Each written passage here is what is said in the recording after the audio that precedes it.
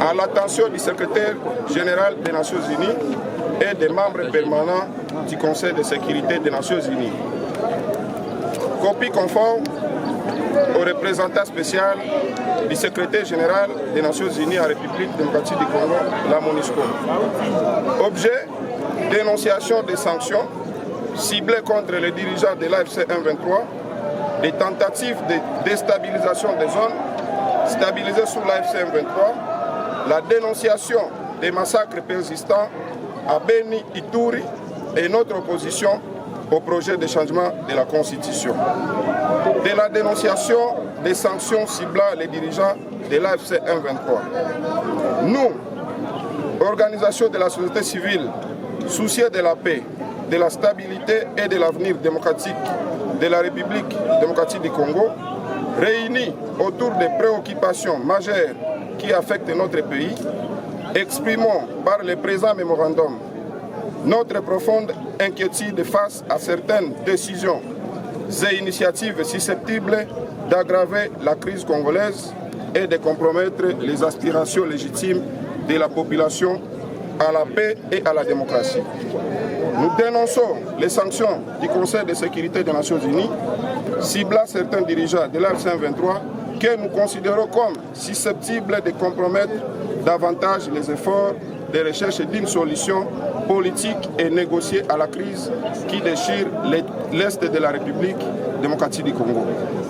Dans un contexte où les différentes parties sont appelées à participer à des processus de dialogue, de négociation et de recherche de solutions durables, nous estimons que les sanctions ciblées ne devraient pas être utilisées au stade actuel comme un instrument susceptible de fermer les canaux de communication et de rendre plus difficile la recherche d'un règlement politique de la crise.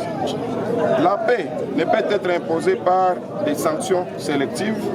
Elle exige le dialogue, l'écoute de toutes les parties prenantes et la prise en compte des réalités vécues par les populations directement affectées par le conflit. 2. Contre toute tentative de ramener l'insécurité dans les zones stabilisées sous l'AFC M23. Nous dénonçons également toute tentative visant à ramener l'insécurité, les chaos et les violences dans les zones qui connaissent une amélioration de la situation sécuritaire. La population congolaise, particulièrement celle du Nord Kivu et du Sud Kivu, a trop longtemps souffert des affrontements armés, des déplacements forcés, des pillages, des massacres et de l'absence d'autorité effective de l'État. Toute initiative militaire, politique ou clandestine visant à déstabiliser les zones et à retrouver une certaine accalmie constitue une menace directe contre les populations civiles. Nous refusons que les populations du Nord Kivu et du Sud Kivu soient condamnées à revivre indéfiniment le même cycle de violence. De telles initiatives violeraient les accords de Washington, de Doha et de Montreux en Suisse qui consacrent les cessez-le-feu. La paix retrouvée, même fragile, doit être consolidée et non sabotée pour assouvir la soif du pouvoir des politiques verrées. 3. Non au projet de changement de la Constitution. Nous réaffirmons notre opposition catégorique à tout projet de changement de la Constitution de la République démocratique du Congo qui viserait à modifier les règles fondamentales de l'alternance démocratique et à permettre à un président en exercice de prolonger indéfiniment son pouvoir.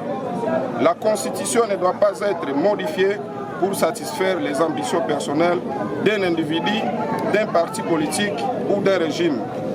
4. Non au massacre de Beni et Ituri par les ADF NALU. Nous dénonçons avec la plus grande fermeté le silence de la communauté nationale et internationale face au massacre de Beni et Ituri et les violences récurrentes qui endeuillent les populations civiles abandonnées à leur triste sort malgré la présence des institutions chargées d'assurer leur protection. Depuis des années, les habitants de Beni sont massacrés, déplacés et plongés dans la peur sans qu'une réponse sécuritaire efficace et durable ne soit apportée. Cette tragédie ne peut plus être banalisée ni transformée en simple statistique. Nous exigeons que toute la lumière soit faite sur ces crimes, que les responsables et leurs complices soient identifiés et traduits en justice, et que des mesures concrètes soient prises pour mettre fin à l'insécurité et garantir en fait la protection des populations civiles de ces zones affectées. 5. Nos recommandations. La priorité doit être accordée au dialogue politique pour résoudre durablement la crise dans l'Est de la RDC et non les sanctions sélectives qui sont susceptibles d'aggraver la situation. 2. La cessation de toute action susceptible de provoquer une nouvelle guerre dans les zones sous la FCM23 qui connaissent actuellement une accalmie. 3. La réévaluation des sanctions ciblées imposées aux dirigeants de la FCM23 dans le cadre d'une approche favorisant la paix et le dialogue. 4. La protection des populations civiles contre toutes les formes de violence et de représailles. 5. Le respect strict de la Constitution et le rejet de toutes modifications et ou changements destinés à prolonger indéfiniment les pouvoirs. La société civile appelle le gouvernement congolais et ses partenaires à ne ménager aucun effort pour éradiquer définitivement le phénomène ADF Nalu à Beni et à Ituri. À défaut de résultats concrets, les populations de ces régions, meurtries depuis de nombreuses années par les violences, pourraient être tentées de solliciter l'intervention de l'F-123 afin de leur venir en aide pour leur libération. 7. La tenue d'un dialogue politique véritablement inclusif permettant de traiter les causes profondes de la crise congolaise.